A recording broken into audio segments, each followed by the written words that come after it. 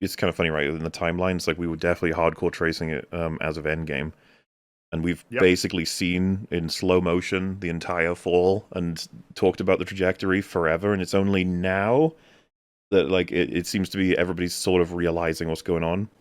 All the people who like really love the MCU, all the people who are working on the MCU, which is we know that publicly, but they would have known as well a lot earlier than we would imagine because they get all the numbers directly. Yeah, there's always that element of at the company, like regardless of what they say publicly, they Hmm. know the numbers, they know the truth. Well, it's kind of like how every single DC film that's been coming out, there's been an amount of, I guess, outward cope that needs to be displayed. Yeah, you Because have to put on inside, a strong face, the yeah. reality is Aquaman, it's the end, and it's going to be unceremonious, and it's probably not going to do very well, and we're done, and we're moving on, but we need But to we're pretend for excited a for little the next while. chapter and Aquaman's thing, and he's such a great Yeah. actor in this And it's a magical great movie, world and full it's of gonna da lead da da. into it's gonna lead nicely into our reboot. Yeah, they'll say all the stuff that that you expect them to say. They're not going to be like, yeah, this one's going to be a shitter, guys. Sorry, better luck Yeah, next like, time. they're not gonna say, "Don't even bother." It's not relevant, and it's pretty bad if I'm being honest. Yeah, and it's if you imagine where we were at, let's say post at the end of Infinity War, you have like a room filled with it's the end credits from Age of Ultron, all those statuesque imagery of like all of the assets they have within the MCU. And they took a fucking hammer to them with each project. We've been smashing, smashing, smashing. And it's just like there's nothing in the room left now. It's all gone. So no wonder Right, you're at this position. Like we can and it's like, I think a lot of people could be like, "Oh, is it truly down to like, oh, that they didn't do better world building in Falcon the Winter Soldier?" And it's like, kind of like every individual piece of bad writing throughout all of those projects is added up. Is kind of the point. it's a snowball, kind of. You can imagine it like a snowball rolling down a Yeah, hill. it's just like Yeah. that little line about Iron Man not taking care of the Avengers. Like in retrospect, it's like that's tiny, and it's like it's just another bit on top of I everything. mean, yeah, I mean, an avalanche is a lot of snowflakes. Yep. So, next, there was a forum post. I don't know exactly what site it was. I think it might have been 4chan, but it's basically someone who's got relative insider knowledge on each of the productions of all the movies in the MCU. And I was looking through all of the random tidbits of information. Some of it I didn't know about and don't know if it's true. Some of it I know to definitely be true thanks to insider stuff. And then some of it is just interesting factoids about the production. So, instead of me posting all the images, I can just go the direction of having, if you can pull up the stream, I guess, for Ian Rise. If you, well, you don't have to. You can just listen to me saying them anyway. But we're gonna. Um, It starts I, with good old. Wait, so If you this is want to, you don't have to. The way this is going to work is I'm going to say the name of the film and then read out the factoids that from this this forum post. Was kind of interesting. okay, all right, but I'll I guess give the it a thing listen. that again is, so you said this is from 4chan, right? Potentially, yes. I'm not exactly sure what the forum is, but I mean, this is 4chan is not a place where you don't get crazy leaks from. People Oh dump yeah, no, I'm them. sure, but I mean, I'm sure there's plenty of stuff that's just memes or just bullshit, Well, right? we'll see. I mean, I'll be Yeah, curious what your thoughts will be once we get through all of these. I wonder what you'll think. yeah, yeah. Okay, So, Iron all Man. right. We got alternate post-credits scene that was going to feature Nick Fury directly referencing radioactive spiders and assorted mutants as other cases that S.H.I.E.L.D. was invested in or investigating, which I thought was interesting in terms of just the rights issues, and they can still kind of, because do you remember there was a scene where Tony Stark was going to reference the arms he gave a doctor in New York or whatever, or that was originally going to be Uh, that there was an Doc implication that Ock. there was going to be an implication that Tony Stark built the arms that Doc Ock has in Spider-Man 2. That would have been interesting, I suppose. I could like buy that as a premise. So just it's going to be a mix of things from this, but Tom Cruise was the original choice for Tony Stark, with Timothy Olyphant, Sam Rockwell, and Clive Owen being considered before Robert Downey Jr. was cast. I didn't actually know that. I knew the I've heard that Tom before. Cruise I've heard the one. Tom Cruise one.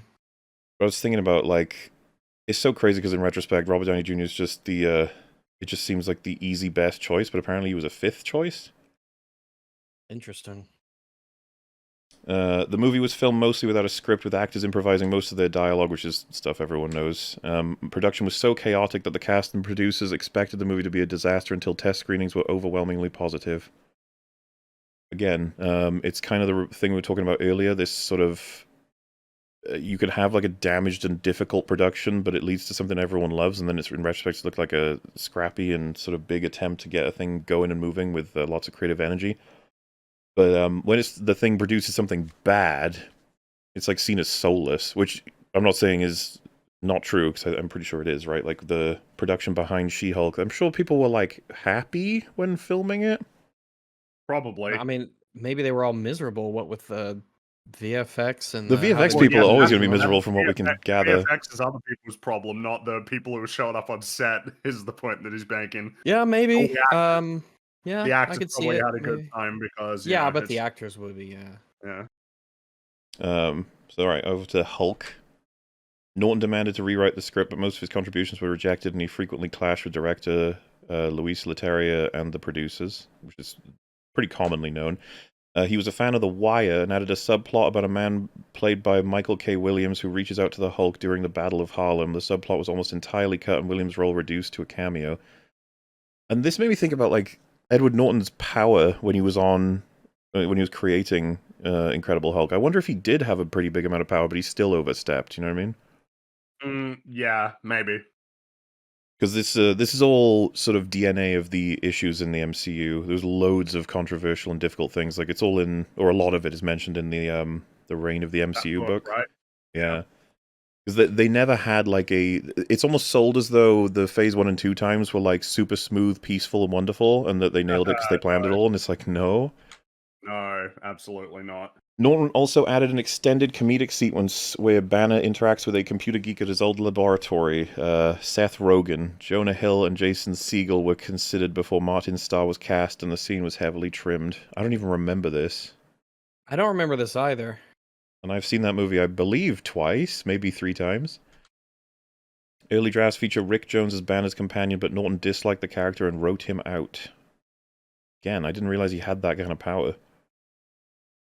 Maybe that was back in the I guess. Well, because he was removed eventually, controversially as well, as far as I'm aware. So it might have been that he managed to negotiate power in, but then I guess too much, which because you won't get that kind of power these days, and it's part of what how they're falling apart.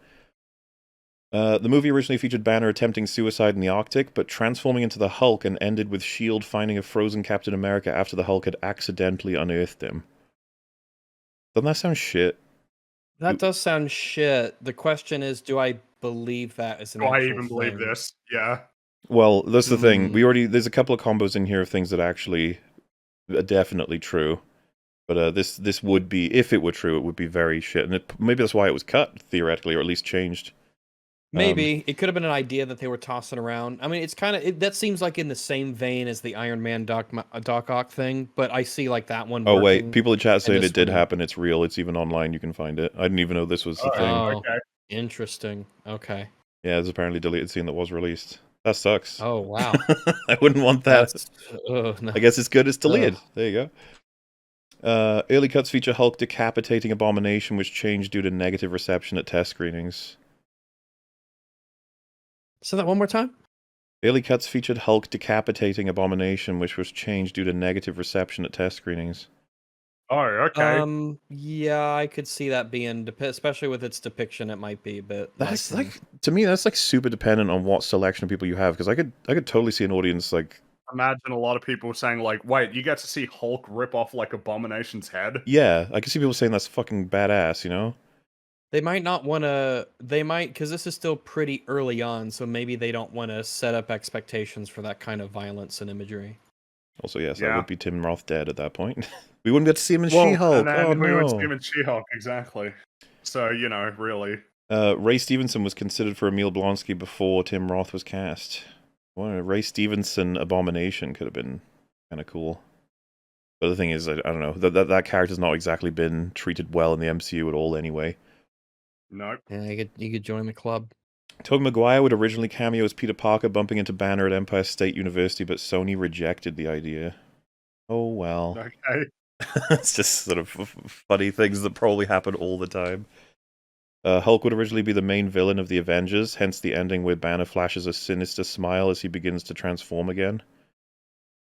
Oh, Okay. That ending, that is something that has always been in the back of my mind with that film, because it does end with him, like, the heartbeat's going up, he's about to turn into Hulk, and he smiles, and it's like, what am I supposed to get from that? That he's in control, or not?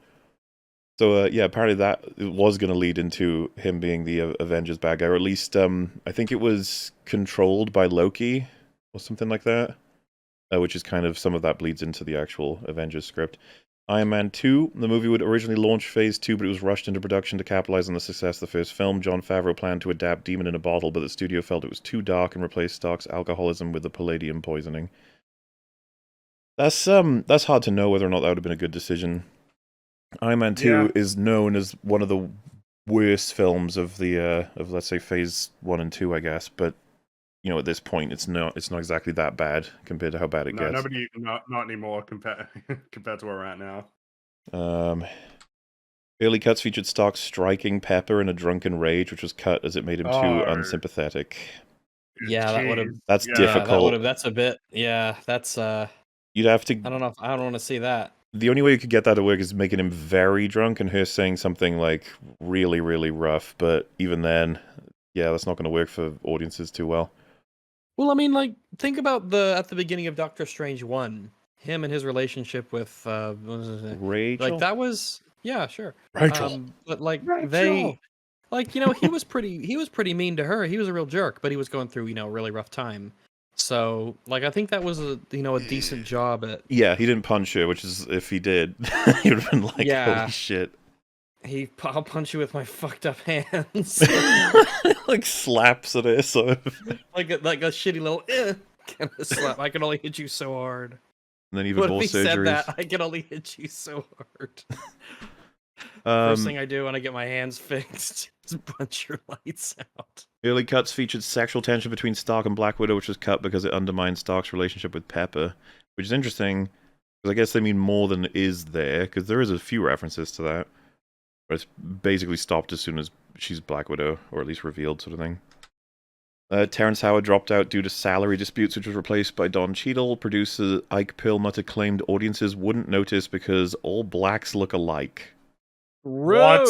Which is, this is one of those ones that's gonna need citations for that one. I don't believe that one. I don't believe that one. There's no way. I don't believe that unless there's like a recording or something.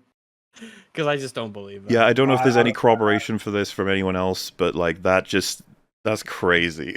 Like, doesn't make any sense at all, because there's so many like famous black creators or artists at this point. Like, what do you mean? Yeah, Jonathan Majors, Lawrence Fishburne, whatever. Yeah, it's all the same. Yeah.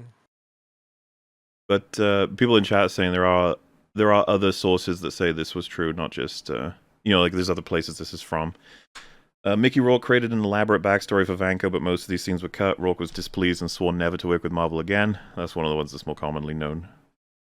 He and several other actors have sworn off Marvel permanently after working with them.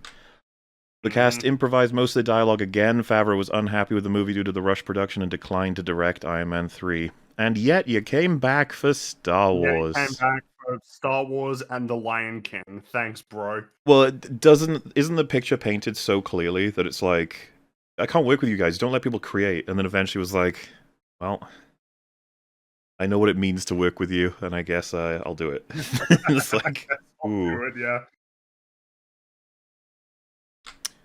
Thor. The movie was almost scrapped and Thor introduced in the Avengers as producers feared audiences wouldn't understand the character. I mean, what's to understand? It's not that complicated. I'm going to be honest with you, out of Iron Man, Cap, Hulk, and Thor, who is the easiest to understand? It's like, it's going to be between Hulk and Thor, I would have thought. Probably. They're pretty straightforward. Even, I mean, yeah, he's an Asgardian god or whatever, but I don't know if that's much of a stumbling block for people. I don't think so. The movie was originally a dark epic set in the Viking Age, but this was scrapped due to budget. Sounds like it could be cool. Could be cool, yeah. Early drafts feature Thor's human alter ego, Dr. Donald Blake, Thor's brother Balder, Loki's lover Amora, and Sif and Heimdall being siblings. I actually, in retrospect, think they really should have had Balder. Super big. Seems like a possibility and opportunity that's foregone, you know? For those in chat who don't know, they actually reference him in the Loki show Season 2. Mm-hmm. Pretty cringe. Loki says nobody even remembers him. It's like, okay. Yeah, whatever. Whatever you say, Loki. Brian Blessed and Mel Gibson were considered for Odin before Anthony Hopkins was cast. Okay. Mel Gibson Odin. Mel Gibson Odin. Maybe. Maybe. I don't know. Brian Blessed, I can just see. I Yeah, could that's see easy. Brian Blessed, yeah. Mel Gibson, maybe. Okay, all right.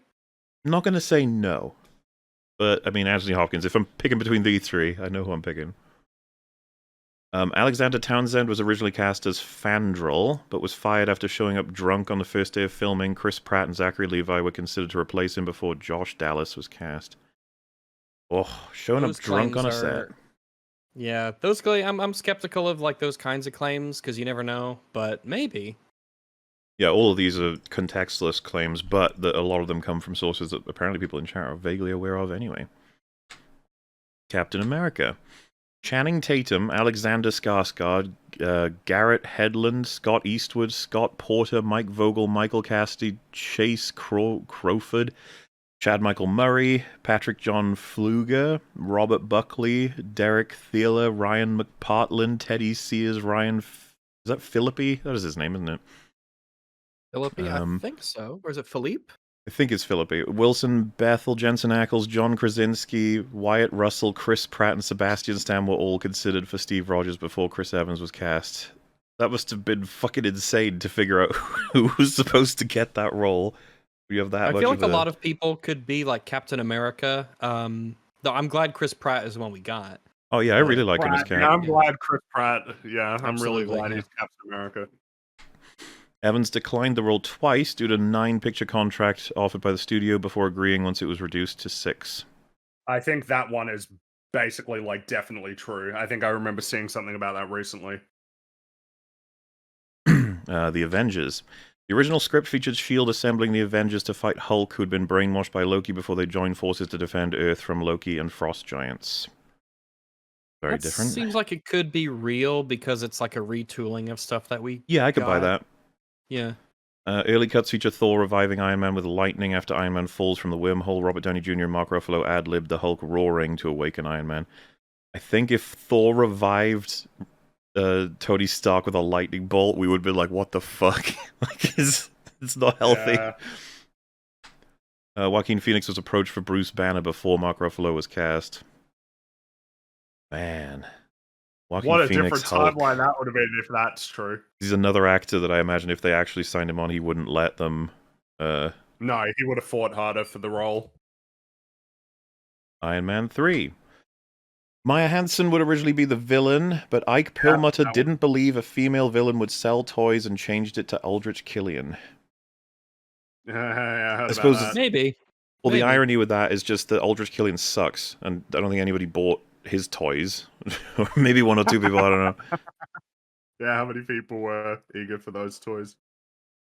Early drafts feature Killian using extremis-enhanced pheromones to seduce Pepper, record this sexual encounter, and broadcast it nationwide to taunt Stark. What the hell? Oof. I don't like Iron Man 3, but I think it's better that it doesn't have this in it. Jeez.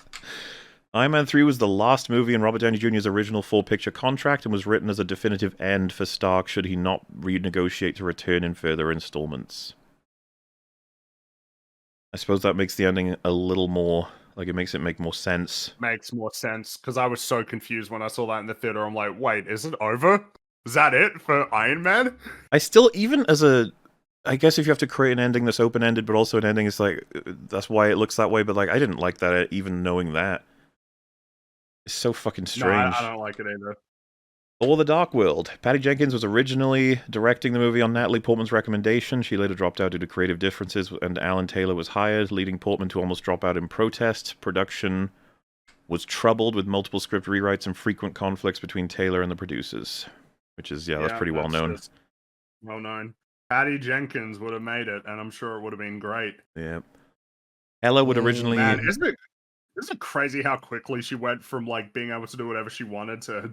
She's, like, got nothing going on anymore. Yeah. She almost got the Rogue Squadron stuff.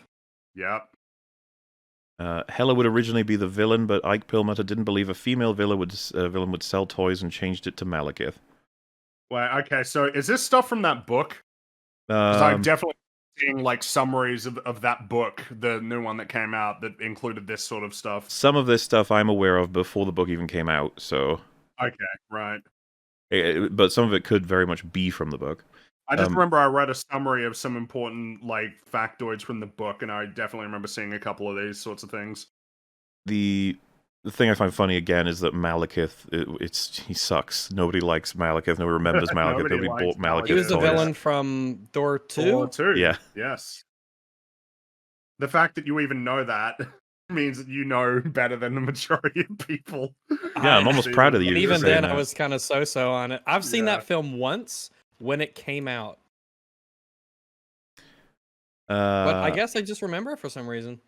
In early drafts, Loki sacrificed himself for Thor, but due to character's newfound popularity after the Avengers, the ending was reshot to have Loki fake his death and usurp the throne of Asgard. Of course, yeah. Loki was almost out of the MCU from Thor 2.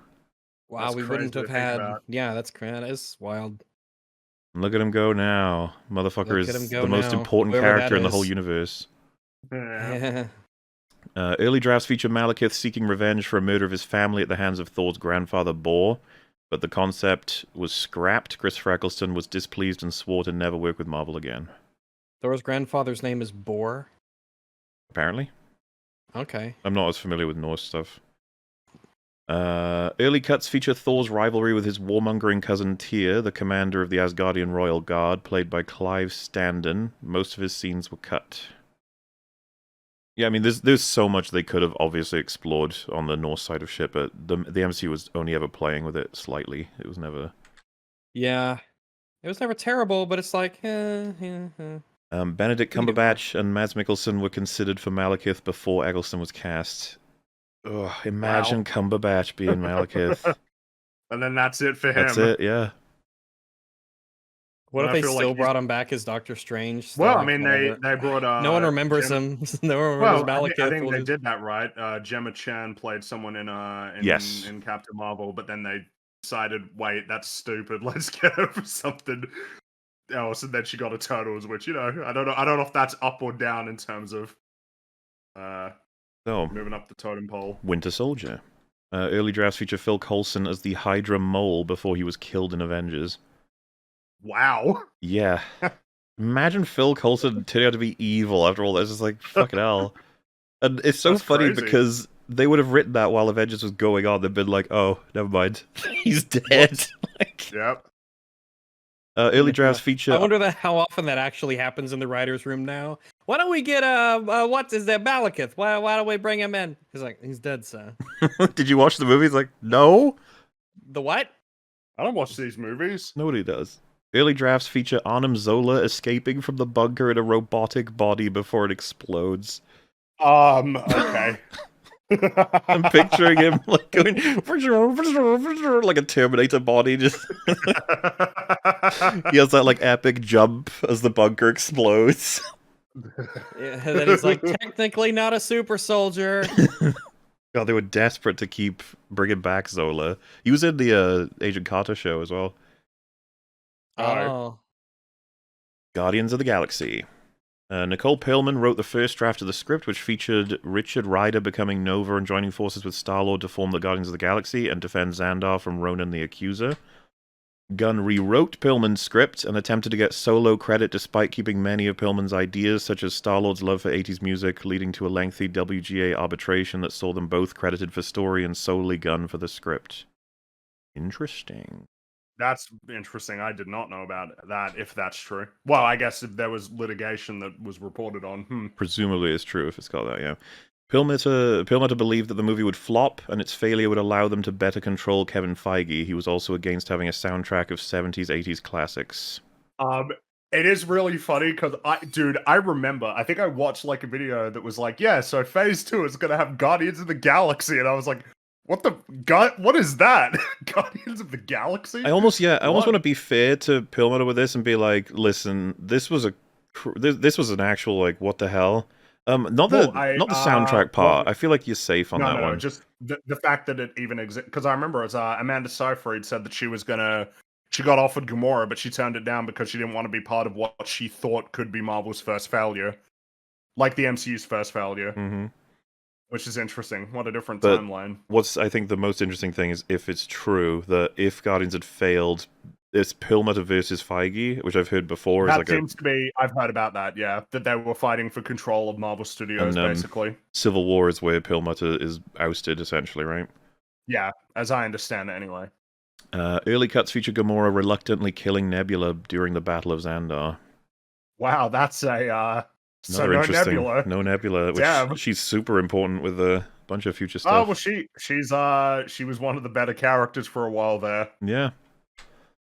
Age of Ultron. Production was troubled with multiple script rewrites and frequent conflicts between Joss Whedon and the producers, which again is pretty well known. Yep, just well known. Obviously. The original script features the government creating Ultron and disbanding the Avengers, who have assembled once again when Ultron goes rogue and decides to destroy humanity. Government create Ultron, and then disband the Avengers, and they have to assemble to defeat Ultron. It's interesting, because that changes fucking everything. Like... yes, that changes everything that comes afterward. I wonder if fans would have hated... Unless they had Hank Pym creating it with the government? Maybe people would have liked that more. Maybe, yeah, that's a very different story. Early drafts feature Ultron modeled after Tony Stark's neural patterns, Abomination as Ultron's enforcer, Ultron invading Wakanda to steal vibranium, Ultron drones combining to form a mecha Ultron for the final battle. Do you remember that gag in Family Guy where Joe created like a mecha out of disabled people? Yeah. With the wheelchairs. Yeah. And then he shot them with wheelchair like cannons and Peter. And Captain Marvel and Spider-Man were among the recruits for the new Avengers. As early as Age of Ultron, eh? Wow. Which makes some sense, because Spider-Man is up next anyway, right, with Civil War. The subplot about Thor investigating the Infinity Stones was added on executive demand, but later mostly cut as test audience disliked it. No surprise there. Nobody wants to watch the main plot, and then suddenly Thor is looking out for stones. It's like, okay. Yeah. The Avengers' visions and Hawkeye's farmhouse were nearly cut to streamline the plot, and tighten the pacing, which, again, yeah. Man. But, I mean, you cut that, you do lose, like, a lot of stuff. I wouldn't be willing to cut the Avengers' visions. The Hawkeye farmhouse stuff, there's probably a better way to have... It does last a bit, especially Hawkeye's scenes. Yes, that's well, because I mean, he needed to. I mean, what the angle was? Yeah, Hawkeye is the heart of the team, and it's like, come on, man. yeah, that was cringe. That scene, because it was so overcompensating for the first one. Which it was his role in the first one was fine. It didn't need to be bigger. It was fine. You had a movie to make. You had a lot of characters. I get it. Mm-hmm. In early cuts, Banner would ultimately reject Black Widow, and she would trigger his transformation into Hulk by lying about having never truly loved him. What?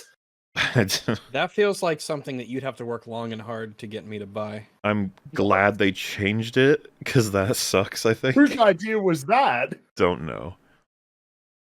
In early cuts, Loki appeared in Thor's vision to warn him about Ragnarok, but this was cut as test audiences mistakenly assumed it meant Loki was controlling Ultron.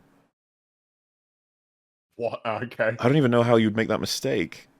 Yeah. But okay. Oh, wait. Let's... alright.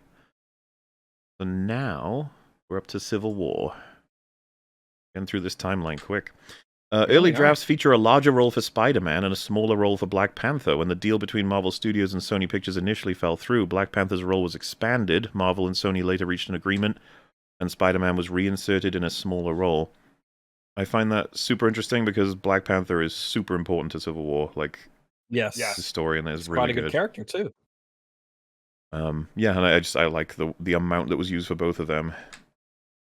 Ike Perlmutter initially refused to pay Robert Downey Jr. for more than a cameo before Feige managed to overturn his decision.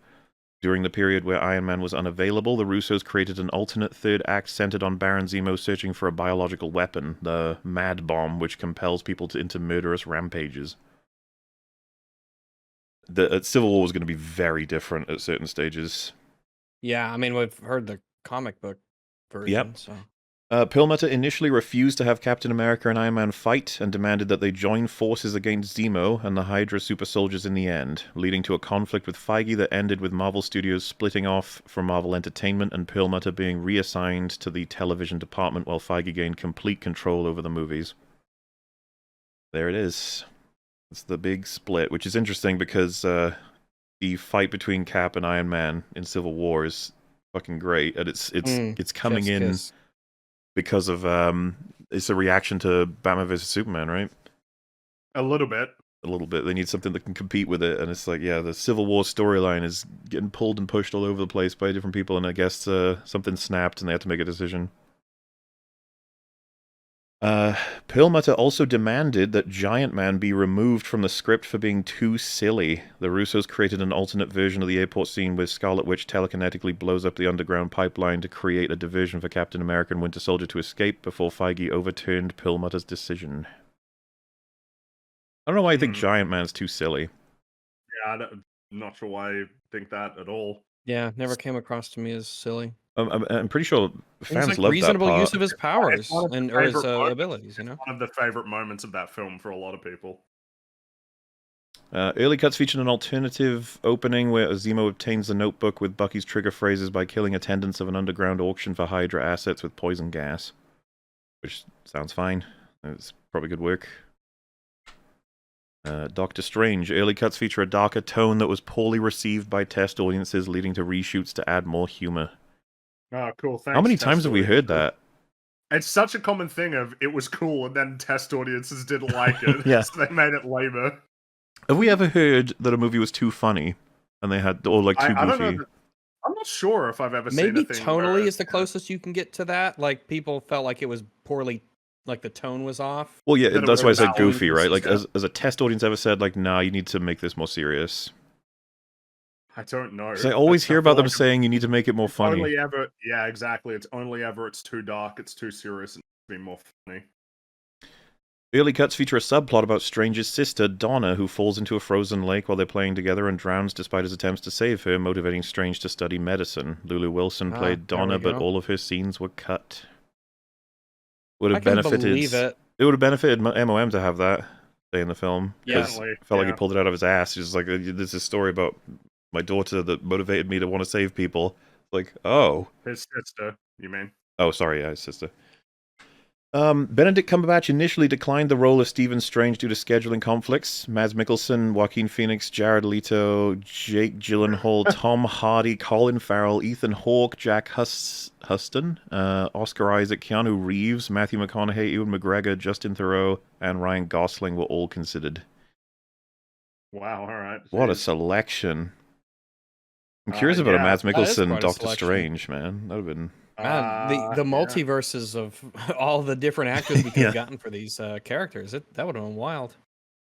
Tony Todd was considered to voice Dormammu before Cumberbatch himself was cast. I didn't actually know Cumberbatch did voice Dormammu. Oh, yeah, he did. Cool. Tony Todd would have been a good choice, too, though. Oh, yeah, he's got a cool voice. But I guess he's Venom. Guardians of the Galaxy 2. Jason of Spartax would originally be Star-Lord's father, but Joss Whedon argued that being the heir to an intergalactic empire would make Star-Lord less relatable. I'm not sure where I'd sit on that. I got nothing for that, really. Because I don't think it changes anything about how we relate to Star-Lord, because it would obviously... He wouldn't, it wouldn't have affected him. Well, it doesn't change his history or his character. He is who he is. Yeah. Director James Gunn added Ego as Star-Lord's father before learning that the character's rights belonged to 20th Century Fox. The studio eventually traded Ego to Marvel Studios in exchange for changing Negasonic Teenage Warhead's powers in Deadpool. What an interesting deal. That's an interesting deal. We will give you Ego if you give us a change to... Specifically different powers for one of the characters in Deadpool. Yeah.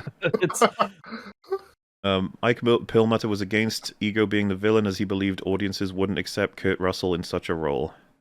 Why are there so many of these? Like, Ike Perlmutter had some bizarre perspective. Maybe we're only hearing about the bizarre ones and he made lots of normal ones too. Maybe. Yeah. Because that is, like, isn't that part of why it works? That People would he's be charming? To see Kurt Russell as, like, the villain. mean, yeah, well, exactly. what I'm saying is, like, you can believe that Ego got to where he was because he's good at manipulating people, and that Kurt Russell's charming. That's like why it works. Exactly. Early cuts feature a 6th post-credit scene. I don't know, it's 6th. 6th? In which Gamora and Mantis hear the screams of one of the Ravagers who are pierced by Yondu's arrow and has presumably been forgotten and is screaming in agony since then. What? Okay, but why? Like, early cuts feature Star-Lord pointing out that Ego looks like one of his favorite actors, Kurt Russell, indicating that Ego deliberately adopted Russell's appearance to earn Star-Lord's trust. No. I don't think so. I don't want that. What do you guys argue is why you shouldn't do that? Oof. There's something about it that just seems like strange. Yeah, it's like my gut instinct is like no way, and then there's an element where I'm like, the specific reason. It's just I feel like it's starting to acknowledge that now. What about all the other people who play these roles now? But now they're real people too in this world. Yeah, but I mean, I would say it's just one little notch on the level of reminding me about the real world or connecting us to it. It's like, don't stop. We've got plenty, and we don't need that. Matthew McConaughey was approached to play Ego, but ultimately declined, and Kurt Russell was cast at Chris Pratt's suggestion. Liam Neeson and Gary Oldman were also considered. Yeah, I feel like Kurt Russell's the best out of the lot for that role, I would say. I think so, for that role. He did a great job. Spider-Man Homecoming. Peter would originally accept Stark's offer and reveal his secret identity to the world, which would be in line with the comics, right? Civil War comics? In the comics for Civil War, he right? reveals his identity, but yeah. But obviously, I prefer. Yeah, I way prefer the decision and the arc that he goes on. Early drafts featured Toomes. Very happy with that. Adrian Toomes is going to be Peter's teacher, not Liz's father, which I think could work. You'd have to retool a hell of a lot, though. Yeah. Early drafts feature Happy Hogan telling Peter that Stark told him to tell Peter something about how with great power comes ... but wouldn't be able to remember the rest of the phrase. Oh, God. Yeah, don't fucking do that. Don't make a joke out of that, please. No. God, no. Thank God they didn't go with that. Yeah. Michael Keaton initially declined the role of Adrian Toomes due to scheduling conflicts, but Marvel Studios was able to accommodate his schedule. Michael Shannon and John Leguizamo were also considered. I mean, really? I don't know. I really like Michael Keaton as Vulture. Michael Keaton did a great job. I've just found him in that car. Watching more of him, I really like Michael Keaton as an actor anyway. Like he's a good actor. He's a really good actor. Just nails it every time. So he's like Michael Shannon and John Leguizamo maybe, but I'm sorry guys, I don't know if you can. I don't know if you can do. I only think Keaton. of John Leguizamo as Sid the Sloth. That's fair. Thor Ragnarok. The original script had a darker tone, but Waititi decided to write a new draft when he signed on. Not a surprise. Early cuts feature Thor and Loki finding Odin living as a deranged hobo in the streets of New York after his retirement home was demolished and he'd die in a seedy alleyway, whereupon Hela would arrive to confront Thor and Loki. Test audiences responded negatively to Odin's death, and the scene was scrapped in favor of Odin sharing a tender moment with his sons and meeting a dignified end in the fjords of Norway. I think that one's true. That's wild that they were going to have Odin fucking die as a hobo in an alleyway. Wow, I can't believe they didn't have that. Yeah, because someone's mentioned it. I think it was in one of the trailers where Hela first appears. She's in like an alleyway, but obviously in the movie it's in Norway. Good God, man. Damn. Taika, what are you doing? Do you think it was that they'd stopped this, but then they gave him full control with Love and Thunder, so all the bad ideas... And then you get Infinity Codes, that's what you get. This is true to mythology, sorry? He died in an alleyway in New York? In an alleyway? The Vikings are all about it. If you mean that Hela shows up... Or do they mean in the comics? Yeah. Oh, well, I don't care. That sounds awful. That would be incredibly difficult to do well. It's really hard to move everyone away from thinking that Odin just fucking like had a heart attack in an alleyway. I like the idea, in the Norse myths and the Poetic Edda, it's just like, and Thor died drunk in an alley. Odin died drunk in an alleyway. It would be funny if this was Norse mythology, though.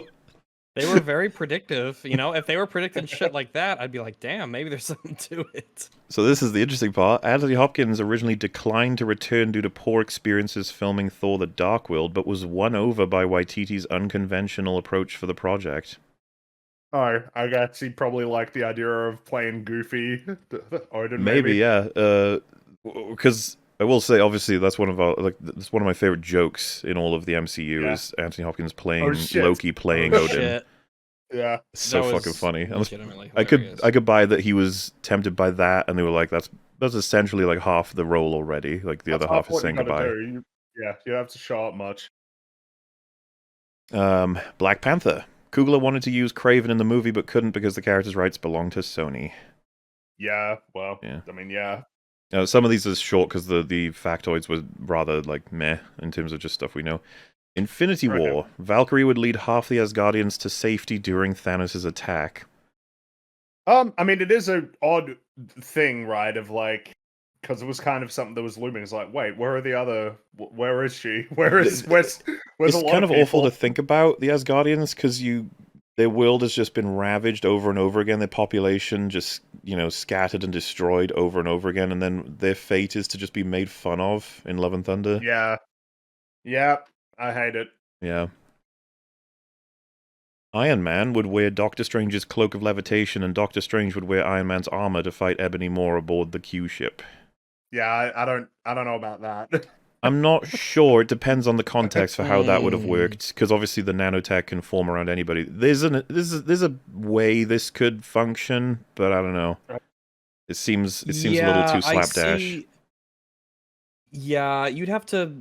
The idea take for example, the Iron Man's Doctor Strange is in a position where he's about to die. Those like spikes are all going into him. He's about to die, and Iron Man thinks the only way I can save him is to throw the nanotech to him to protect him, like as a suit of armor.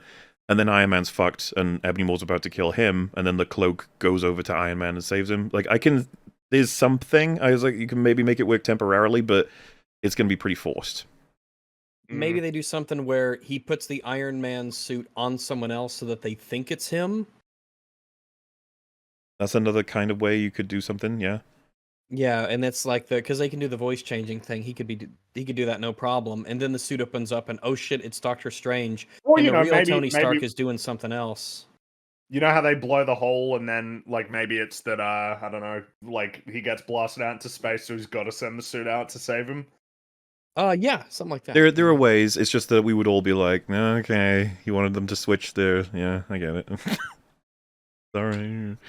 Banner and Hulk would merge into Professor Hulk and burst out of the Hulkbuster during the Battle of Wakanda. That's just absolutely true. That's just known. There's the deleted scenes people have seen with the unfinished CG that it's just like, why the fuck wasn't this in the movie? Why did you? I mean, it's already not good enough, honestly. But no, like, it's way better than nothing, though. It's better than him just showing up and then dabbing. Oh. Wow, Fringy, are you not a fan of the dab? I'm not a fan of it when he does it. Oh. Thanos would tear Drax and Mantis' souls from their bodies, and Doctor Strange would have to retrieve them while Spider-Man protects their bodies. Because he had the souls. That's kind of cool. There's something there. Like Doctor Strange has to go to like some kind of spiritual realm, obviously. Maybe to the astral plane, thing. And there's a lot of visuals you can do there, and like creatures trying to get a hold of Drax and Mantis, he has to save them, and then at the same time in a similar environment, kind of like how Lords of the Fallen does it. You have Spider-Man protecting the bodies from just Thanos' attacks in general. That could be something that's pretty cool. Yeah. Captain Marvel would join the Battle of Titan after following Thanos' trail of destruction across the galaxy and survive alongside Iron Man, Nebula, and Nova. But they delayed her appearances, which this was mentioned as a thing, that there was cuts that she had more of a role, but they reduced it. Well, I mean, I'd be reducing it as much as possible. We'd be removing her. Make things way harder. Well, yeah, but if they told me I had to put her in, it'd just be probably what they did in Endgame: get her out of the way. And then, she shows up. Or maybe it would just be the thing where she just shows up late. Remember when Professor Frigg showed up late for the short stories of Springfield? Yeah. Just have that be the thing. Yeah, so I'm like, wait, as the credits start rolling, I guess Captain Marvel, make you laugh, make you think, and that monkey is gonna pay. Wait, what was it? Was it a monkey or a I can't remember, but I know the credits play over him talking. Yeah, it's funny as shit. Ant-Man and the Wasp. Early drafts feature an alternate third act where monsters from the quantum realm escape into the world and begin wreaking havoc. One would damage the Golden Gate Bridge, forcing Ant-Man in his giant form to use his arms as a ramp for cars to drive over and reach safety. You know what? Why the fuck not? Yeah, whatever. Just throw it in. Just do whatever. I mean, at least he can be a hero and use his powers and stuff. Captain Marvel. Keanu Reeves was originally cast as Jon Rogg, but dropped out due to scheduling conflicts and was replaced by Jude Law. I don't know if that... What would that even... Would that give the film more, like... Would people be like, ooh, Keanu Reeves... Like, does he have enough star power to, like, flip it at all in terms of... I don't know. I don't know. Nah. Keanu Reeves, probably not. But yeah, that's a bullet dodge from Keanu Reeves there. Yeah. Because instead he got to be John Wick. Well, that's obviously been better for his career than being Jon Rogg. Oh yeah, absolutely. Avengers Endgame. The Avengers would spare old Thanos. I've heard this from a couple of other places as well. I'm not sure how it works. They just leave him on his little planet, I guess. It's just, I don't know. It's just you feel like that feels unfinished a little, but sure, maybe. Thor would become a bloodthirsty intergalactic warrior hunting down what's left of Thanos' army. Yes! Why didn't they do Punish this? Thor. No, fat Fortnite player. Fat Fortnite. Fortnite. Thor Fat Knight. Yeah, That's what so they can call him, Fat Thor Knight. This is just sad, the idea, because like I can believe this was totally the initial idea because it just matches the end of Infinity War. It makes total sense, and I guess maybe someone said, "Man, that's a bit dark, isn't it?" God damn it! It's one of the things I hate so much about that fucking movie. It was perfect. It was perfect. Man, I cannot believe that got approved. Yeah. What, Fat Thor playing Fortnite? War Machine and Nebula would retrieve the Power Stone from an underwater temple filled with sea monsters in Morag, 2014. Okay, it doesn't really mean anything to me at all. Underwater monsters. It just sounds kind of funny. Like, yeah. Okay. Black Widow and Hawkeye would fight Thanos' army in 2014 Vormir, and Hawkeye sacrifices himself to grant Black Widow the Soul Stone. I remember there was talks about whether or not it was going to be... It was tough to figure out which one of those two would die. That's a tough choice, because both of them work. It's like the only thing in that film that I would consider just categorically, unequivocally, like, excellent. Sometimes I wonder with stuff like that, if it really does come down to like, well, do we just flip a coin, guys? Kind of. I mean, that's not even that bad if you really do feel 50-50 on it, you know, for payoffs. Hank Pym and Janet Van Dyne would join the final battle in their original suits and an army of giant ants. I wonder if they were like, there's just too much stuff going on. Yeah, maybe. I would have liked to seen him in his Ant-Man suit at least one more time, though. But I don't even know if we'll get to see him at all anymore. I don't know if there's going to be an Ant-Man 4 at this rate. No. Oh, I thought you meant like they don't make suits anymore. Oh, that's... Falcon and Winter Soldier would fight Corvus Glaive in the final battle. Doctor Strange and Scarlet Witch would fight Ebony Maw. And Hulk would fight Thanos in the final battle. Oh my god, rematch round 2. They fucking didn't do it, though, did they? No, they didn't, so it's not worth anything. No, and it was just... Potential. It's just the kind of stuff where sometimes you wonder, like, how do you miss out on a payoff like that? And it's like they didn't. They knew it, and then they cut it, or they just moved on from it because, I don't know, time, CG, whatever. The original 6 Avengers would sacrifice themselves to defeat Thanos together. Oh, what, like a sort of all Guardians of the Galaxy payoff? Like, all but they all die? I don't know, that sounds crazy. I don't think I'd do that. Well, I figure that if it's 6 people, then they shouldn't die. It just feels like if it was all 6 of them, then they would have been fine. You know? Yeah, I'm trying to... Like, how would that work? I guess Iron Man has the glove on, then they all hold him, sort of thing, or something. But I guess that's what I'm saying. It feels like it should be like Guardians, right? Where that's... unless, well, someone in chat said a stone for each. Maybe, yeah. I don't know if this is true, though. Like, is this... Well, that can't even work if you've had Hulk... Or I guess you could argue Hulk was at like half health or something, and so it killed him. But again, I don't know about this. I figure that it was always the plan for Tony to die. Well, my point of view on this would just be that I don't know if that's too much of a waste. In a perfect world where the MCU didn't fucking fall apart, killing all 6 of those characters, I'd be like, I don't know.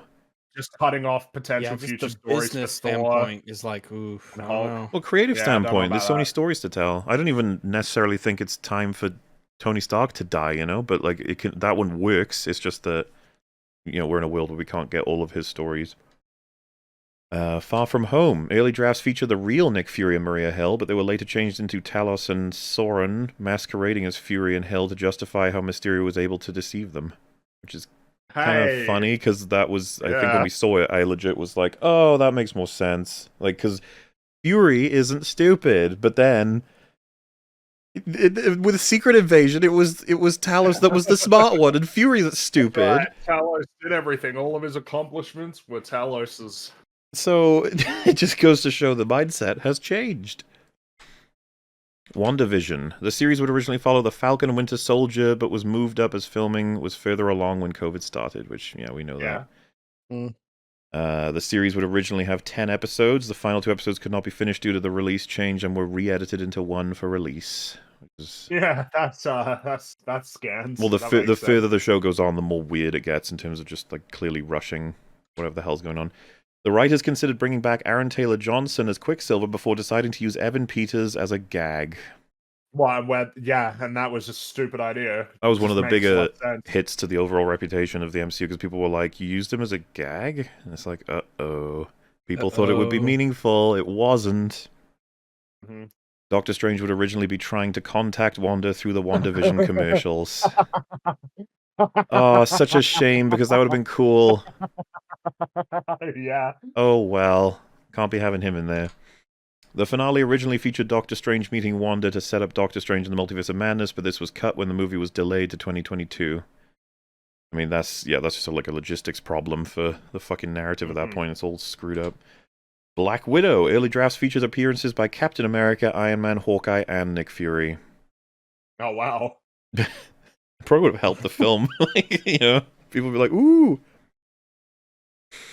Taskmaster was originally Tony Masters, a mercenary employed by the Red Room to train the Black Widows. He was changed into Antonia Dreykov to give Taskmaster an emotional connection to Natasha Romanoff. You know that's a very emotional connection. Like, what a dumb fucking decision. Like, why wouldn't it be? Why? As if you need to have a direct relationship between her and Taskmaster. No, but I could believe that, where they'd be like, yeah, that's good writing, is what that is. He can't just be a person who comes into conflict with her. He can't just be yeah, well, we talked about it. He should have been, if not, you know, in Phase 4 as a whole, in the whole thing. Yeah, it's just cool. He's a mercenary. He works for money. That's as strict as that. Yeah. Dreykov would originally be executed by the Black Widows, but this was considered too violent and changed to Yelena blowing up his plane. Oh, okay. I don't know about that. I mean, like, it feels like it's how you do it. Yeah, you could probably. Well, if they all surrounded him and then you just hear screaming, you know, that's not violent. Closed. Or at least, yeah. If they got cleaned and he was in the room, then they all came to their senses, and then, yeah, it's like it's all in the depiction. It's such a crazy Be right back. thematic connection, though, of the whole, like, it's too dark. Like, maybe you guys could fucking kind of afford to be a little darker. I mean, The Lion King, which is an animated film that was knowingly made with many of the people watching it being children, ends with Scar getting fucking killed by a bunch of hyenas as he's engulfed in flames. Yeah. You know? And, like, that wasn't considered too violent. And that's, you know, yeah, I don't know. What happened to you?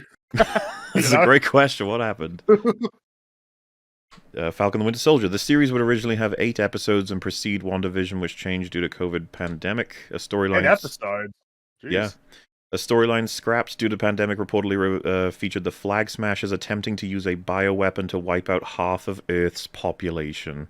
Oh god, because they liked the Thanos world, so that was their plan, was it? Could you fucking imagine? Man, I mean, unfortunately, I could imagine that wasn't it said that because of like COVID pandemic that things did change and that there was certain, you know, yeah. Because like the subject matter changed because of that. I guess what I'm getting at is just like, what is happening in your head where you think you can make the Flag Smashers want to wipe out half of Earth's population, and you get people to be. And you still want the audience to be somewhat sympathetic to them. Like, what? Remember, he was like, you can't call Carly a terrorist. It's like, okay. Should have just called him Hamas, and people would have liked him. Fucking nuts. Early drafts featured John Walker as an ambitious and belligerent soldier who believes himself to be better than Steve Rogers and antagonizes Sam Wilson and Bucky Barnes. I find this funny because the implication is that he's not those things in the show, even though everyone treats him as though he is those things. Like he is obsessed with himself, ego-driven, and antagonizes everybody when... That's the thing. Our guy, Mr. Walker over there, he's probably going to get ruined further on, but it's just nice. You know, it's nice that he made it out of that show, that's all. There were plans to give Sam the power to talk... There were plans to give Sam the power to talk to birds and the ability to throw the shield with his wings. Plans to have given the power to talk to birds. There's a bad guy. Summon the birds. This is one where it's like, no. No way. Talk to birds. No way. I don't buy that one for a second. Where the fuck did that even come from? Like, what? What? There were plans to feature New York City heroes such as Spider-Man during the final battle against the Smag Flashes. Does this Smag Flashes? Yeah, we talked about that. Where the fuck was Spider-Man? But oh well. He was talking to birds! No, he's talking to spiders. Spider-Birds! The new title was originally Captain America and the White Wolf, but producers felt it could confuse audiences. That one's true. I remember people talking about it. No one fucking thinks of him as the White Wolf. Yeah, but I don't care. I would have committed if it were me. It's too narratively relevant. This whole point, he's not the Winter Soldier anymore. He doesn't want to be the Winter Soldier. The Winter Soldier's a horrible mercenary. Why would it confuse audiences? Well, like Rax just said, nobody knows. Everyone knows him as Winter Soldier, not as the White Wolf. But the whole point of that show is to move him from X to Y. Exactly. So why would? Yeah, you know, Loki. The series would originally have only one season and follow Loki as he manipulates Earth's history to his benefit. Early drafts feature Loki escaping shortly after the TVA captures him, because of course he would, exploring the timeline, assembling the Infinity Gauntlet, and conquering the universe, but he cannot enjoy it due to knowing there's no free will and ultimately surrenders to the TVA once again. The only edit I would need to make to that to buy it is that he surrenders himself, quote-unquote, because he wants to take over the TVA. Yeah. That seems like it's way more in line with his actual character. Well, yeah, I would have watched that 100% more, yeah. Early drafts feature all Loki variants trapped in the void, joining forces to defeat Alioth, the big fart cloud, because they all refuse to let one of them be better than the others. Okay. Giancarlo Esposito was considered for classic Loki before Richard E. Grant was cast. Oh, okay. I don't know if I mean, I thought Richard E. Grant was pretty he was a pretty great part of that terrible show. I'm trying to pick, like, I don't know. I guess I'm a little bit biased against him at this point because he gets wasted in fucking everything they ever hire him for. Yeah. But maybe he would have been good. But I don't know. Richard E. Grant was kind of perfect. So, but it doesn't surprise me at all that I'm sure he's considered for every fucking villain or partial villain role they ever have. Shang-Chi. He's eternally Gus. Yeah. Ant-Man would originally appear as both he and Shang-Chi live in San Francisco. I love these like statements that are just obviously they should happen, but then they just don't. Like, oh, yeah. Okay. Early drafts feature Shang-Chi and Katie becoming a couple. Okay. I think. Yeah. Early cuts feature Razor Fist sacrificing himself to save Katie during the Battle of Ta Lo, giving her the necessary strength to injure the Dweller in Darkness with her enchanted arrow. How did you know the Dweller is the name of one of the mage people in Rings of Power? One of the white people. One of them was. Wow. Yeah, that's really... So, just so everyone knows, obviously not the YouTuber Razor Fist, but the... No, it is.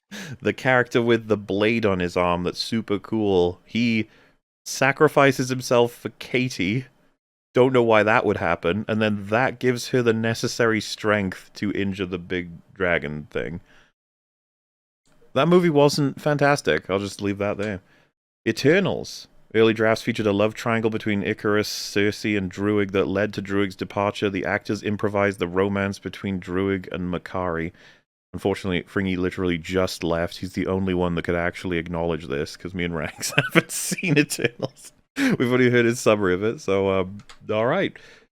Earlier cuts featured a bleaker alternative ending where Arashem recaptures the Eternals, erases their minds as punishment for their rebellion, and sends them to a distant planet to prepare for another emergence, but it was poorly received by test audiences.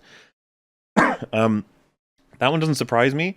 If you had the entire journey all the characters went on in a film erased from their memory at the end and then they're sent to a different planet, that does feel a little bit anticlimactic, I guess. Yeah, I'd be like, what? Okay. Yeah, right. it's like, what the It's like the anti-No Way Home. Alternative versions of the mid-credit scene featured Cersei, Kingo, and Phastos being recruited for the Avengers or confronted by Kang. How interesting. Hawkeye. The project would originally be a movie before becoming a television series. This has happened in both directions many, many times. Yeah, I'm sure those kinds of things they discuss all the time. All the Marvel people are like, movie, TV show, how are we going to blow our money this time?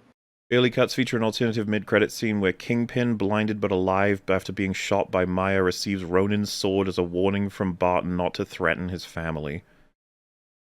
Good God, I don't even know if this would make it better or worse. It's the whole like Kingpin from the Daredevil show, because it's played by fuck, why am I blanking on the actor's name? That's unfortunate. Funnily enough, we saw him recently, Rags, in Rings. He was the bad guy in Rings. He was the D'Onofrio. That's it. Vincent D'Onofrio. Yeah. Oh yeah, we watched Rings, everybody. It sucked. Yes. But so he's brought in as Kingpin and killed, as far as people know, in the original version. But this version, he's blinded but alive after being shot in the face, I guess. This is obviously what people want for Kingpin. Spider-Man No Way Home.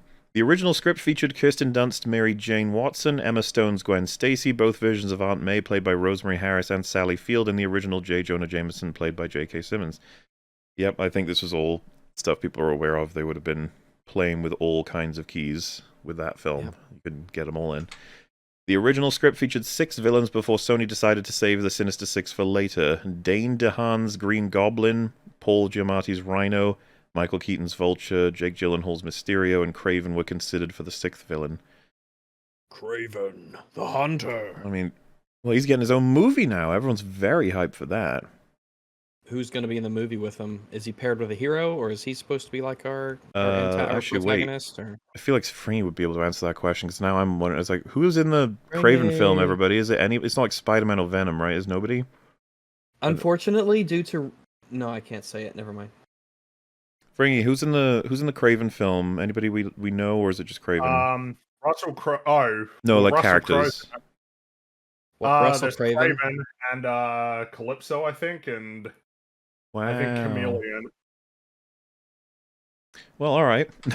The original script for No Way Home was set after Doctor Strange in the Multiverse of Madness and featured America Chavez casting the spell and Spider-Man needing Doctor Strange's Book of Spells to send the villains home. This is basically all but confirmed. This is a strict improvement. There was concept art. Yeah, this is better. Instead of please, I want people to not know about this, so change the whole world's mind. This kind of does a couple of things. America accidentally casting a dumbass spell that can do serious damage is good for her character almost, because she's boringly like lame. So you can have that weighing on her. And then you take it away from Doctor Strange having been responsible for the fucking spell, and then you have Spider-Man is tangentially related and he needs Strange's help to get the villains home, while Strange's goal will be to just get rid of them. Like, you know, that creates the conflict between us. Like, this sounds like it makes a lot more sense that this was the foundation of the film compared to what we got. Yep. Maguire asked for minimal reveals about his Peter Parker's life after Spider-Man 3, while Garfield suggested his Spider-Man went down a darker path after the death of Gwen Stacy in Amazing Spider-Man 2. Well, you fool. Darker is worse, as we've known across this. That's right, as has been indicated by test screenings and that Perlmutter guy. More jokes. In early drafts, Strange would recruit the Spider-Men to help Tom Holland's Peter Parker. They would visit classic moments from Maguire and Garfield's films during their fight. Yeah, I don't need that. No, I don't need it. I remember the movies, thanks. In early drafts, Holland's Peter would ask Adrian Toomes for help procuring the necessary technology to cure the villains. The that was always a tough problem to solve crowded. because they got the what was it called, the fabricator or whatever, that machine that just can solve any problem by creating anything. It was like the magical cure-all machine, which is not great. Not great. In early drafts, the Green Goblin would mind control the other villains, and the final battle would revolve around freeing them from his influence. How would Green Goblin control their minds? Well, it's sci-fi magic, whatever. Yeah, he makes a serum, he stabs him with a thingy, and it's mind control juice. Yeah. Doesn't seem like his wheelhouse. Early drafts featured post-credit scenes of the Spider-Men returning to their own universes. Probably don't need that. No. Moon Knight. Early cuts feature Spectre confronting his mother, Wendy Spectre, in a field of reeds and alternating between himself and Grant as he overcomes his trauma and manages to forgive her. This is tough for us because you have to try and remember who like all these names are.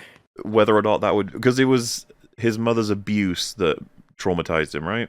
Yes, he adopted a alternate personality. Yeah, and so as a defense mechanism against his mother's abuse. And I think there's something about like the mother dying or him them being estranged in some way and not having catharsis on that relationship that maybe seems appropriate for the kind of tragedy of his familial situation. Yeah, and it would depend on whether or not, are we supposed to assume that would actually be her, or is that something that he's projecting or something? No idea. Yeah, I'm not sure. Early drafts feature Harrow and Amit invading London, with a pyramid emerging in Trafalgar Square with lightning and sandstorms ravaging the city.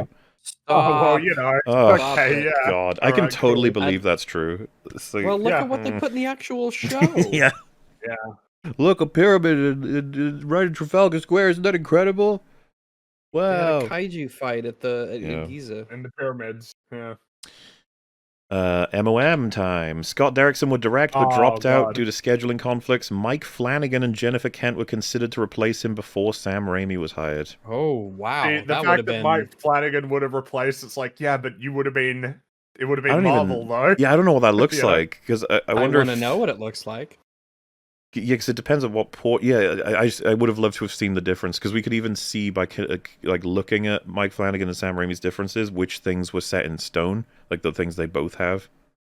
Also, this is interesting because Scott Derrickson left because he couldn't make the movie he wanted, right? Isn't that basically what it was?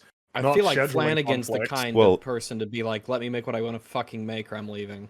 He does come across that way, yeah. Derrickson's version would feature Doctor Strange and Scarlet Witch joining forces to protect America Chavez from Nightmare and end with Wanda going evil. Raimi later decided to focus on Wanda as the villain. I have heard that. Well, we've got that. We've also got Waldron claiming that he wanted Wanda as the villain. Thanks, guys. Yeah. Like, good job. He was already in trouble after WandaVision, but having to double down again on being a villain after apparently overcoming a villain arc. You have Derrickson basically say, like, we need a whole movie to get it to that point, and they were like, nah, it's fine. No, we don't. Fine. Early drafts feature Ironmonger and Balder the Brave as members of the Illuminati. They were later replaced by Mr. Fantastic and Black Bolt. The Wasp, Killmonger, Namor, and Ghost Rider were also considered. I've definitely heard about the Balder the Brave one. Mm-hmm. Definitely heard about that. Early drafts feature more variants of Strange, including street magician Melvin Strange. Melvin Strange? It'll be funny and goofy. Whoa. Why isn't it Melvin? Melvin just seems like a Melvin's not a great name. It's a Goober name, isn't it? He's the brother of the Joker. Do you guys know about that? Melvin, brother of the Joker? How many people... remember a gag in that Scooby-Doo movie where there was a guy called Melvin Doo. I remember that. Meldon, brother of the Joker, is possibly one of the cringiest jokes in the history of humanity. And it, I mean, so you're not going to be surprised where I start this story, but you know, Nostalgia Critic. I've heard of him. Yeah, I know, once or twice. Yeah, he dressed up as Joker, but it was like really shit, and then he made a video that he thought was very funny, where he sort of sang a tune in a theoretical universe, I think, where a guy called Melvin, who was the Joker's retarded brother, made a little TV show, and it's just him going, Melvin, Melvin, brother of the Joker. And it's like, what the fuck? Oh, and the whole you can find it on YouTube with ease. The whole internet was just like, stop it, Stop. No, it's No, that's really funny, Mahler. Nostalgic critic Melvin. Is that what that is? Whenever the name Melvin comes up, I think of Brother of the Joker immediately. It's like, yup. It's a joke so bad, Nostalgic Critic doesn't talk about it. He's a creative at heart, okay? He's an artist, and it doesn't always work out. Or I guess I should say it doesn't ever work out, but that's fine. It was a fun character. What do you think his ratio is like of funny jokes to videos? I don't know. First off, do you think it's a positive number? Are we looking at 1 to 10 or? But, I mean, God, I remember that. The funniest thing in the when we were watching that Lord of the Rings one was Dankula getting fucking mad every time he did this. That was funny as shit. Yeah. Okay, so early cuts of MOM were poorly received, leading to extensive reshoots that reworked Strange's character arc, which was originally about his obsession with control and his relationship with Chavez, which was originally much more adversarial. I mean, I don't know what to make of any of this. I don't know which would have been better or worse, but the movie we got was so awful. It was so awful that I would take a chance on whatever this is. Yeah, yeah. Well, I mean, whatever you want to do it. Why not take a chance on these early cuts? Yeah, do it. Fuck it. Why not? Early cuts feature Supreme Strange's sacrifice being genuine. Excuse me. It is genuine, isn't it? It is genuine. And Sinister Strange's corruption being due to power. Reshoots added the concept of incursions, the Illuminati executing Supreme Strange, and Sinister Strange's obsession with Christine.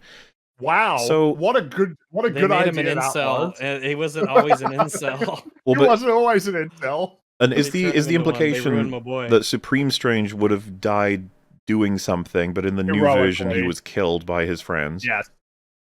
For no stupid reason, because they all don't understand how incursions work. And the fact that it said reshoots added the concept of incursions, it's like, well, that was a waste of time and money. You've destroyed everything. Yep. Shouldn't have reshot that.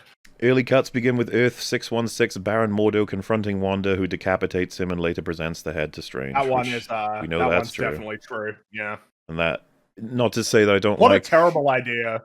Yeah, the whole like, don't make it too dark. It's like, this isn't even about dark. It's just fucking wild. It's just, why would you get rid of Mordo? Why would you set him up as a villain and then kill him off like that? Yeah. Early cuts end with Strange. Also, I mean, in terms of having Wanda present a decapitated head to Doctor Strange and then try to like spin it in some way later on in the film that she could become a hero, like, okay. She's very sympathetic. Yeah, I don't know. Early cuts end with Strange trapped in the ruined Earth and Sinister Strange assuming his place on Earth 616. Like, I mean, whatever. I mean, that could be. That could be what's happening. Yeah, that could be interesting, but I mean, that I think could be what's happening. I think that could be what we saw anyway, for all we fucking know. Who knows? Yeah. Early cuts feature a post-credit scene where Deadpool teleports into the Illuminati's headquarters and happens upon Wanda's massacre. Oh, geez, that probably would have been really tone deaf. Yeah. I think people would have hated that, because it's like, why are you making fun of all of them being dead again? Jeff Bridges and Daniel Craig were in talks to play Ironmonger and Boulder, but dropped out due to COVID. Definitely heard about the Daniel Craig Boulder thing. Yeah. Ian Grufford and Nicolas Cage were approached to return as Mr. Fantastic and Ghost Rider. Okay. Yeah, this is just the cringy. Like, it would have been bad. It would have been nice to see him, but it would have been bad anyway, because they all get fucking killed. Miss Marvel. Early drafts feature Captain Marvel visiting Miss Marvel after she defeats some clandestines? Clandestines, yeah. And offering to train her. Okay. There's not much on that one. Civil War? Wait, this is not the right... Oh, right. Last section, sorry. One sec. Alright, yeah. Thor Love and Thunder. Oh boy. Early cuts feature numerous characters, settings, and storylines that were ultimately deleted. It's so funny. You could put that as a fact for all of them, and I'd believe you. Whatever. Yeah, they bat around all kinds of crazy fucking ideas. That's what I've Then learned. someone would say, yeah, but that's how movies are made. And it's like, yeah, but like every time you have like all of these crazy, fucking insane, wacky ideas that end up getting I don't know. cut. Yeah, like I don't feel like Ridley Scott toyed around with the idea of Maximus being like like a gay transvestite or something. You know, but feels like there's crazy ideas that they just are like, yeah, maybe we just do something batshit insane, and they actually ponder it. Maybe you need that guy so that you have something to shoot down, so you can feel like, hey, okay, we're not doing that idea. Maybe that's his job, to make all the bad suggestions. Early drafts feature Thor meeting Jesus and Satan in Omnipotent City, and Russell Crowe would have originally played Satan. I mean, I heard about sure, do it, go for it. But I mean, the idea of actually having Jesus. Yeah, I just if I were on the team, I'd be like, let's not. we're not fucking South Park. What would call a really, really, really, really bad idea. Early drafts feature Thor and Gore conversing with Eternity, and Morgan Freeman was going to be the voice. What? That just sounds funny. Fuck it, keep it in. Early drafts feature a romance between Valkyrie and Lady Sif, even though Valkyrie was originally supposed to be hooking up with Thor in Ragnarok, and you can see the remnants of that in the film. Why? Yeah. I don't understand why they brought Sif back only to have her be there, get her arm cut off, and then just show up at the end. What the hell? Well, don't forget, they brought her back to kick Loki in the nuts. There's that. Oh, true. That's true. It's kind of funny. It's like, oh, yeah, the awaited return of Sif, and then it's just nothing. Early drafts feature the Guardians of the Galaxy arriving to help Thor in the final battle. Early cuts feature Thor uniting Mjolnir, Stormbreaker, and Zeus's lightning bolt into a super weapon to destroy the Necrosword, attempting to super glue Korg back together after Zeus shatters him, and dancing to ABBA's Waterloo. Okay. I believe all of this. It's not hard to believe. MCU, I couldn't escape if I wanted to. Early cuts feature Gore using the purity of the captive Asgardian children to open the portal to eternity. Their purity. Sure. Okay. Peeling the religious tattoos off his body with the Necrosword and dancing to Kate Bush's Running Up That Hill. That's gotta be a meme. Christ. That's gotta be a meme. If people in chat would be remiss not to mention Stranger Things, of course. They use that song, and it's hyper popular. It might be like the most popular thing that happened in the show now, outside of the metal part as well. Oh my god! That's good. It's always good to get some Kate Bush appreciation. Yeah, but maybe not in Thor: Love and Thunder. I don't know. Sometimes. Early cuts feature Zeus realizing his mistakes, visiting Thor on Earth, encouraging him to stand against Gore, and willingly give him the Thunderbolt. I know that's true. I've seen there's deleted scenes that have him talking to him, and it's fucking bizarre considering the after credit scene. Well, yeah. I guess they went in a different direction. Early cuts feature a post-credit scene where Thor's goats, Tooth Grinder and Tooth Gnasher, reveal themselves to be evil and have attempted to kill him numerous times. They were evil. Okay. They were villains. That just sounds like a Taika joke that's really bad. Yeah. Turns out they were trying to kill him, lol. You're like, okay. She-Hulk. The series would originally begin with Jennifer Walters already active as She-Hulk and only reveal her origin in episode 8, but this confused general audiences, so her origin was reworked into episode 1. We know that's true. I don't see how it's even confusing at all, but... we were talking about it, it's not something I remotely consider a problem compared to all the stuff that's fucked in that show. The Trial of Abomination would originally be the series' overarching storyline, but the writers felt it was not engaging enough and condensed it into episode 3. You know about that one. You can't have the courtroom in this show about lawyers. Yeah, don't worry. We got plenty of great episodes to fill in. It was a wonderful show. Edward Norton would in theory, a procedural-ish like lawyer courtroom show that's just a comedy it's fine on paper as long as it's actually funny. Yeah.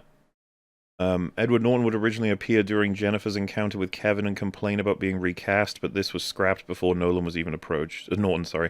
And I don't believe for a second he would have fucking agreed to that. Why would he agree to this? Like, agree to come into this and make fun of yourself. It's like, nah. Like, I'm alright. Early drafts feature the leader as the leader of the intelligentsia, waiting to use She-Hulk's blood to cure his deteriorating body. Is he showing up in... That would have made him interesting, sympathetic. I think, isn't he meant to be showing up in the new Captain America? Yeah. I guess they changed him.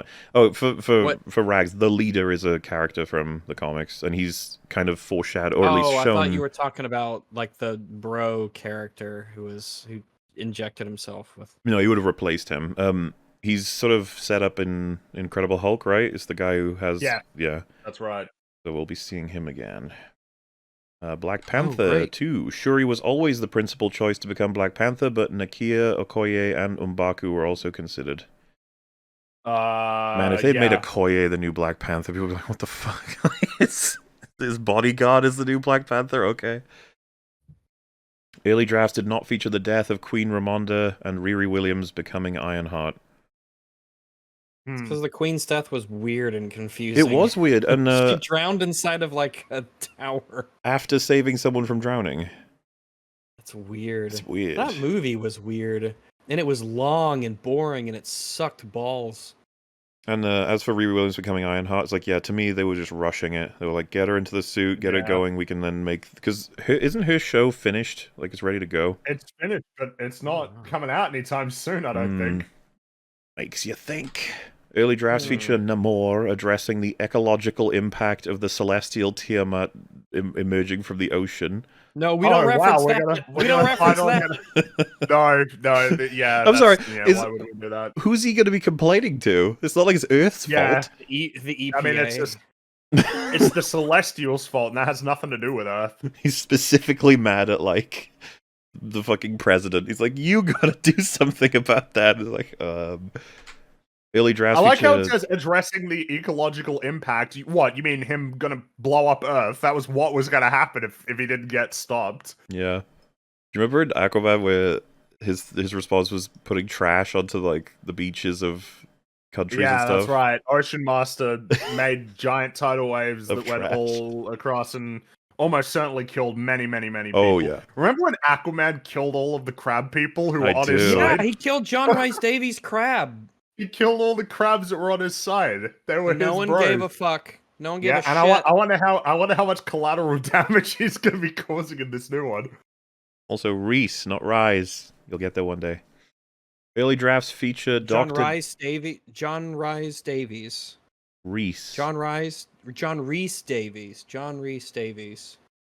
Early drafts feature Doctor Doom manipulating the conflict between Wakanda and Talokan to his benefit. I remember hearing tons of rumors about Doctor Doom, but was that ever actually substantiated? I remember being told by somebody that the plan was an after credit scene to reveal Doctor Doom in Black Panther 2. So I'm guessing that's what I'd heard. But could you fucking imagine? It just shows they're itching. They're just itching to introduce Doctor Doom. Yeah, because he's like one of the last big sort of characters that they got left, other than I guess X-Men characters. Ugh. Early drafts feature a romantic connection between Shuri and Namor. Why would you want to do that? He kills so many people horrific, in Wakanda. Terrible, disgusting person. He killed her mum. Oh wait, is that her mum or is that her auntie? I can't remember. No, that's his. No, that's her mum. Yeah, remember she's T'Challa's brother. Well, not to diminish caring about the death of an aunt anyway, but you know. Definitely, yeah. Quantumania. An alternative pitch features Ant-Man and the Young Avengers fighting MODOK and AIM. The Young Avengers? Probably would have been shit anyway. The Young Avengers is like all of the teenagers, kids of Avengers. And you know that Kate Bishop and stuff they're like coming. That. They're the end of the Marvels. Oh yeah, they probably want to set. Isn't that basically all but confirmed, right? Kate Bishop meeting Miss Marvel to set up. As far as I'm aware, it's in stone. It's not even which I imagine that they're not even gonna. I get the impression that they're so protective of Avengers as a name that they're not even gonna call it Young Avengers. That would be brand dilution. You know what I mean? Mm-hmm. They'd call it something else, Young Crusaders or something. I don't know, but not Young Avengers. There were talks about killing either Hank Pym or Janet Van Dyne. I could buy that instantly. They should have killed Hank Pym. It makes the most sense. Yep, should have been Hank. Early drafts feature flashbacks of Hank and Janet doing sexy science in the 1980s, modeled after Michael Douglas's erotic thrillers of the time. What? That's a great point, Friggy. Fuck it. Why not? Let's do it. Sexy science. Why not? It's literally just this movie is so shit. Just to do it. Fuck it. Go for it. Early drafts whatever. Feature Gentora resenting Janet for abandoning the rebels and Janet trying to earn back their trust. This is something I forgot to even mention in the video. They're all happily ever after at the end. It's oh, all these people hate Janet. I completely forgot about that. They should all have a bone to pick with her. She abandoned them all, but it's like, whatever. Yep. But I don't care. I don't care about that. I don't care about Gentora. She's my favorite. What do you mean? Who's that? She was the barbarian lady leader of the rebels. Yes, the edgy. Gotcha. Early cuts feature Cassie bonding with Gentora and the rebels and becoming determined to help them. And, wow, we need a scene where she becomes more determined to do the right thing. Yes. They really know how to write these characters. This one we know is true. Early cuts feature Krylar surviving the bar brawl and rejoining the rebels against Kang. Plenty of footage of him was not used. Early cuts feature Kang recognizing Hank as Ant-Man that he once fought in another universe. Okay. It's just like, I don't know why they would have or would not cut that out. It doesn't really make much difference. The original ending features Scott and Hope trapped in the quantum realm and Cassie, Janet, and Hank searching for them. Which you can tell from watching it that was what was going to be the ending. Because the reshoots are not very smooth. No, they are not. Jennifer Coolidge was considered for Linda, the woman Hank went on a date with while Janet was in the quantum realm. Okay. Such a stupid factoid. Like, why would they even show Linda? I like how they clarify who Linda was, but for the rest of these names, like Malekith, you know who that is. You know how that. Everyone knows Malekith. We don't even have to say. Guardians of the Galaxy 3. Prior to his firing, Gunn would oversee all projects in the cosmic corner of the Marvel Cinematic Universe, with Volume 3 setting up numerous new characters and storylines. Gunn disliked Thor joining the team in Avengers Endgame and did not plan to include him even when the movie was to release before Thor Love and Thunder.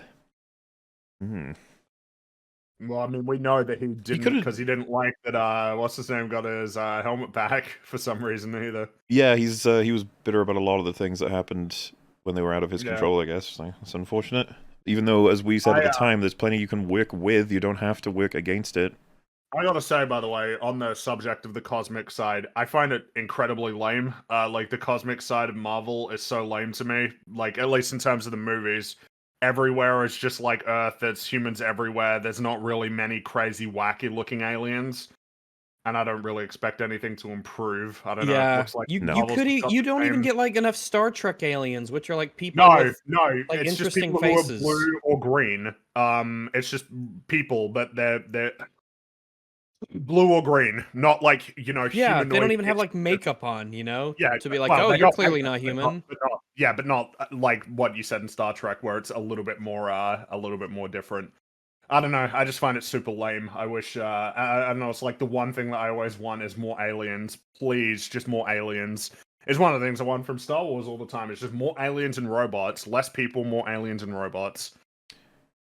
Oh yeah, all right. The extended ending features the Guardians of the Galaxy rescuing the High Evolutionary, imprisoning him in nowhere. Although this was cut for pacing, Gunn has confirmed it's canon.